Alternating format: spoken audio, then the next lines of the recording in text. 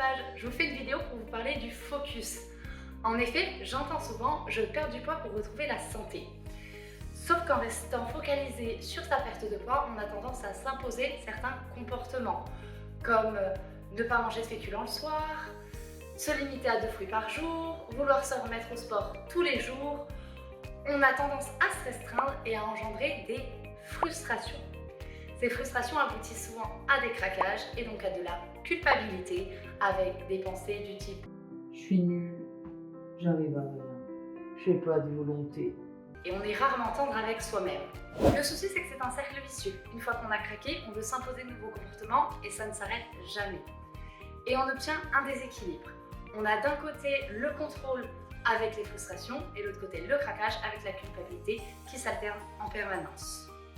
Ce déséquilibre crée un contexte d'insécurité pour le corps et vient amener des troubles métaboliques, notamment une fatigue.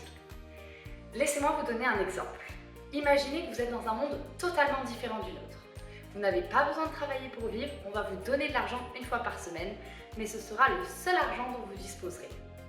La première semaine, on vous donne 1000 €. Vous en faites ce que vous voulez.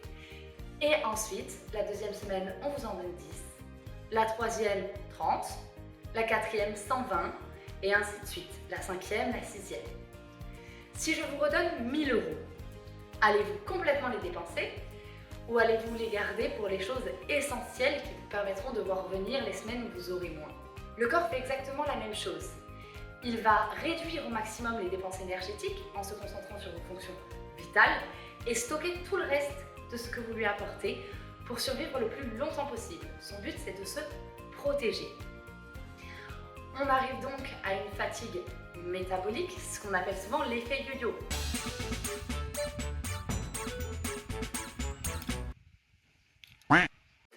Donc pour vous expliquer, c'est soit vous alternez régulièrement craquage, frustration et vous n'arrivez pas à perdre de poids, soit vous avez une volonté de faire, vous tenez jusqu'à atteindre votre objectif poids et au moment où vous laisserez un peu plus de liberté sur votre alimentation, que ce soit un peu plus à votre convenance, votre corps va stocker et donc reprendre tout le poids perdu.